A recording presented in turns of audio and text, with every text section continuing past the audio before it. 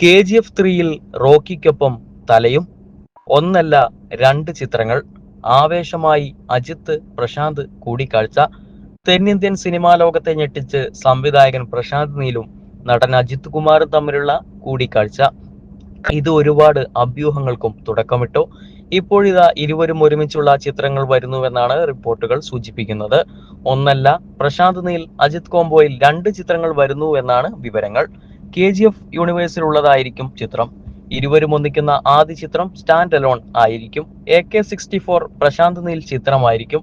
AK-65 യഷിന്റെ KGF യൂണിവേഴ്സിലുള്ള ചിത്രമായിരിക്കുമെന്നാണ് റിപ്പോർട്ടുകൾ. ആരാധകർ ആകാംക്ഷയോടെ കാത്തിരിക്കുന്ന KGF 3-യിലേക്കുള്ള സൂചന ഈ ചിത്രത്തിൽ ഉണ്ടാകുമെന്നും വിവരങ്ങളുണ്ട്.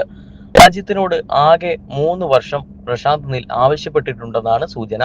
ഈ രണ്ട് ചിത്രങ്ങളും ഹോംബാലെ ഫിലിംസ് നിർമ്മിക്കും. നിലവിൽ സലാർ 2, ജൂനിയർ NTR ചിത്രം എന്നിവയുടെ തിരക്കിലാണ് പ്രശാന്ത് നീൽ.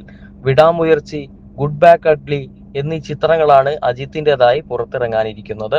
പ്രശാന്ത് നീൽ സംവിധാനം ചെയ്ത KGF-ൽ ശ്രീനിധി ഷെട്ടി, അച്യുത് കുമാർ, മാളവിക വിനീഷ്, അനന്ത് നാഗ്, വസിഷ്ഠ N സിംഹ, മിത വസിഷ്ഠ തുടങ്ങി നിരവധി താരങ്ങൾ അണിനിരന്നിരുന്നു. ഓംബാലെ ഫിലിംസ് ആണ് ചിത്രം നിർമ്മിച്ചിരിക്കുന്നത്.